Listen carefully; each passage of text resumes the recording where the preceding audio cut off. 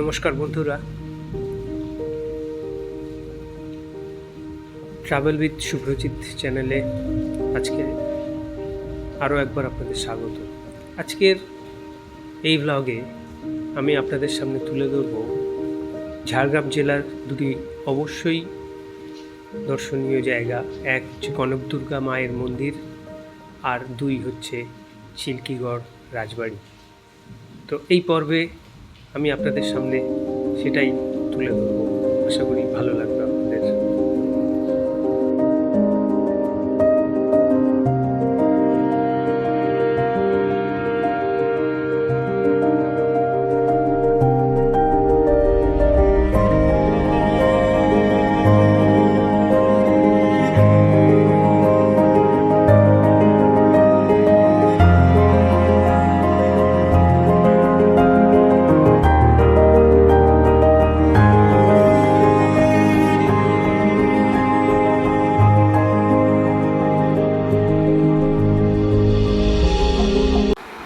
কনকদুর্গা মায়ের মন্দির যাবার পথে এই যে জায়গাটি পড়ে, এটা হচ্ছে কেন্দুয়া। এই কেন্দুয়াতে বেশ কয়েকটি গাছে আমরা দেখতে পাই শয়ে শয়ে পরিযায়ী পাখি। এইখানে ওরা এসে বাসা বাঁধে। আমার মোবাইলের ক্যামেরা দিয়ে আমি পুরোটা আপনাদের সেইভাবে ফুটিয়ে তুলতে পারছি না, কিন্তু এখানে অসংখ্য পাখি এবং তাদের বাসা রয়েছে, যেটা এর আগে বেশ কয়েকবার কনকদুর্গা মন্দিরে গেলেও আমি কিন্তু এটা নোটিশ করিনি। আজকে আমাদের সাথে লেবার সার্ভিসের ডিস্ট্রিক্ট লেবার কমিশনার নবেন্দুদা ছিলেন। উনি এই বিষয়টা আমাদের সামনে তুলে ধরলেন। আমরা গাড়ি থেকে নেমে সেইটা দেখলাম।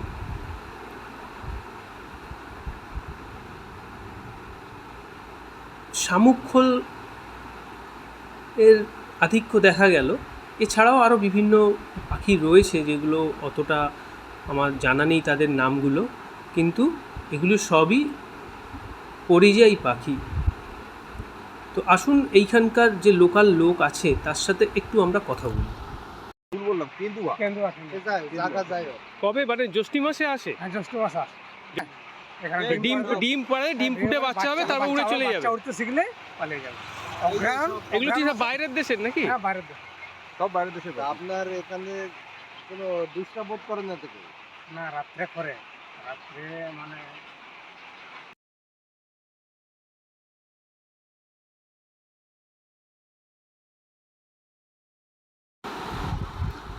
দেখুন, একটু খেয়াল করে দেখুন, এই গাছটাতে প্রচুর এই পাখির বাসা রয়েছে।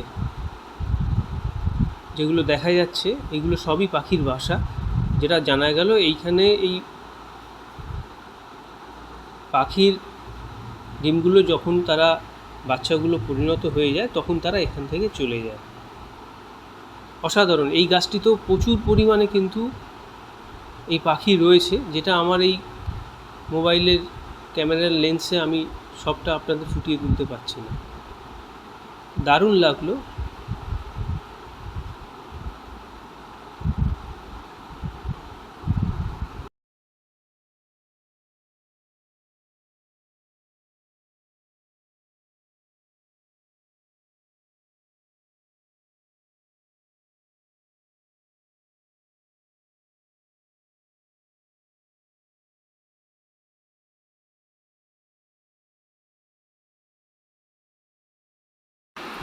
এখন আমরা প্রবেশ করতে চলেছি কনকদুর্গা মায়ের মন্দিরের। এটাই হচ্ছে মন্দিরের তোরণ। ঘন জঙ্গলের মধ্যে অবস্থিত এই কনকদুর্গা মায়ের মন্দির অত্যন্ত পুরাতন। যেটা জানা যায় প্রায় 500 বছর আগে এটি তৈরি। জামমনির রাজা গোপীনাথ স্বপ্নাদেশ পেয়ে এটি তৈরি করেছিলেন বলে শোনা যায়। ভারী সুন্দর।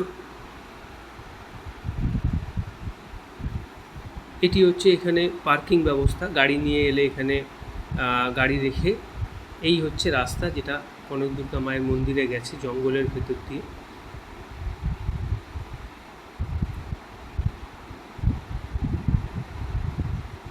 এটি জামবনি ব্লকের অন্তর্গত। এখানে থাকার ব্যবস্থাও আছে। ব্লক কর্তৃপক্ষের সঙ্গে যোগাযোগ করে এখানে আপনাদের যদি থাকার ইচ্ছা হয় আপনারা অ্যাভেলেবিলিটি রুম অনুযায়ী আপনারা এখানে থাকতেও পারবেন। এই মন্দিরে যাওয়ার জন্যে বেশ খানিকটা পথ এই ঘন জঙ্গলের মধ্যে দিয়ে হেঁটে যেতে হয়। দুদিকে বিভিন্ন রকমের বিভিন্ন প্রজাতির বলতে গেলে গাছ এখানে আছে এবং গাছগুলি কিছু গাছ বহু পুরনো, তাদের লতার আকারগুলোই দেখলেই বোঝা যায়।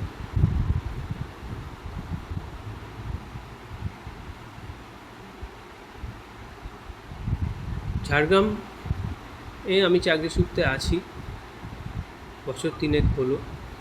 এখানে ঘুরতে আসার জন্য আমার মনে হয় সবথেকে ভালো যেটা টাইম সেটা হচ্ছে বর্ষার সময় আর শীতে। বর্ষার সময় এখানে এলে এখানে বেশ কিছু ঝর্ণা আছে যেগুলোতে প্রচুর জল পাওয়া যায়, আর শীতকালে এসে বেশ কিছু হিল এরিয়া আছে যেগুলোতে আমরা শীতকালে সহজেই উঠতে পারি। এইখানে শুনেছিলাম আগে এর ভেতর দিয়ে একটা নৌকা চলাচলের ব্যবস্থা ছিল, যেটা এখন আর নেই। বিভিন্নভাবে এটা কনস্ট্রাকশন তৈরি হয়েছে। চলুন কনক দুর্গা মায়ের মন্দির যাওয়ার রাস্তাটা উপভোগ করি।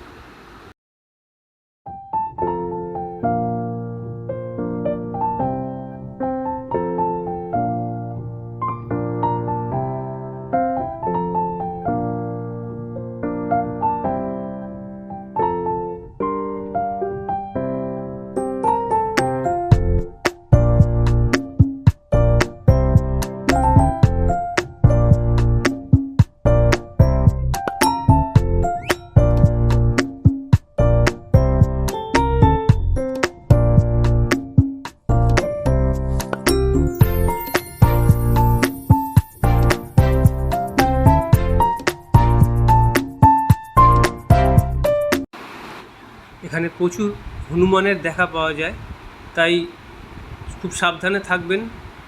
এখানে প্রসাদ কিনে মায়ের মন্দিরে পুজো দিতে গেলে প্রসাদ অবশ্যই ভালো করে লুকিয়ে নেবেন, নাহলে সেই প্রসাদ নিয়ে আপনি মন্দির অবধি পৌঁছতে পারবেন না। মানে ওরা যদি একবার দেখতে পায় সেই প্রসাদ আপনার থেকে কেড়ে নেবেই। এইখানে সব প্রসাদ কেনার জায়গা রয়েছে, আপনারা এই কিনে। এই হচ্ছে আমাদের কনক দুর্গা মায়ের মন্দির। এই সামনে যেটি দেখছেন এটা নাট মন্দির।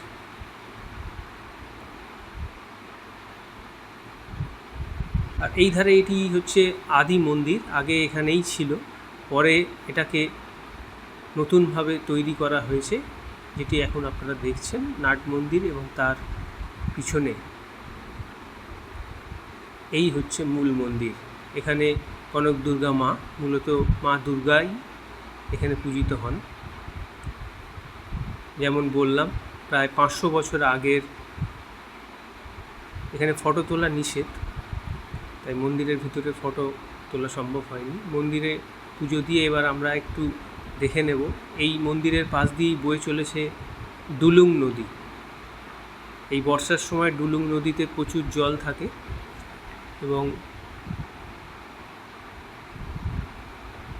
এখন আমরা সেই ডুলুং নদীর দিকেই এগিয়ে চলেছি। চলুন দেখা যাক।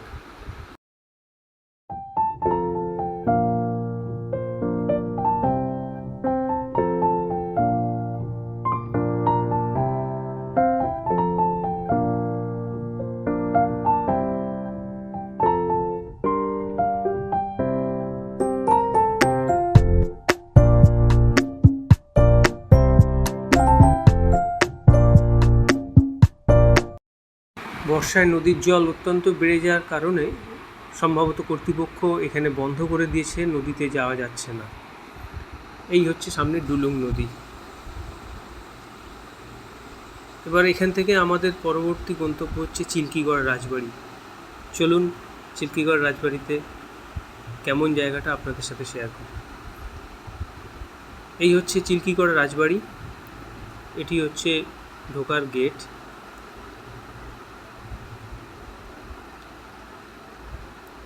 এই চিল্কিগড় রাজবাড়িও বহু পুরনো, সম্ভবত 500 বছরেরই হবে। এখানেও বেশ কিছু পুরনো মন্দির আছে।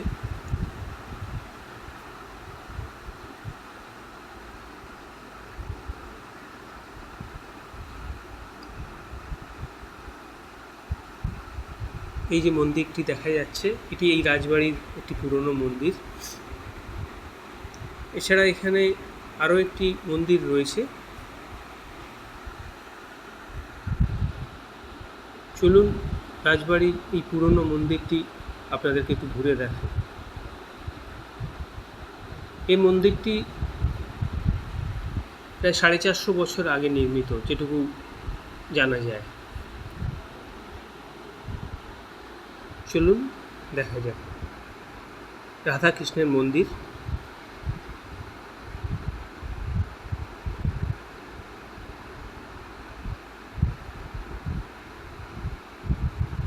মন্দিরের চারিদিকে প্রদক্ষিণ করার প্রশস্ত জায়গা রয়েছে।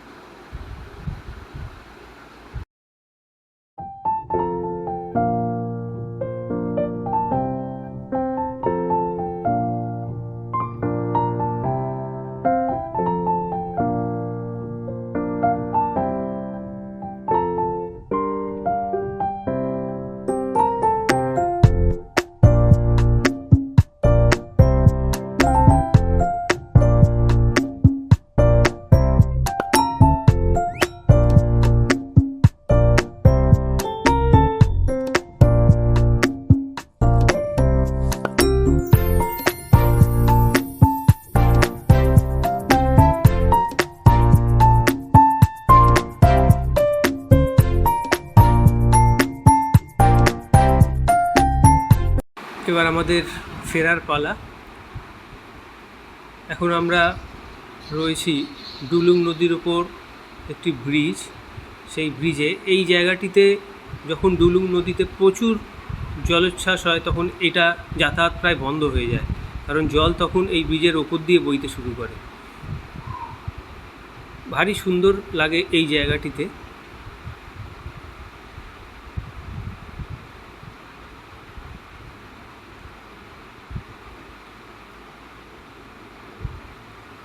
ডুলুং নদীর এই রকম চেহারা কিন্তু আপনি যখন শীতকালে আসবেন তখন কিন্তু এতটা জল থাকে না। এটাই বর্ষার সময় এলেই ডুলুংকে এই রূপে দেখা যেতে পারে। আশা করি আপনারা এলে ভালোই লাগবে। ধন্যবাদ।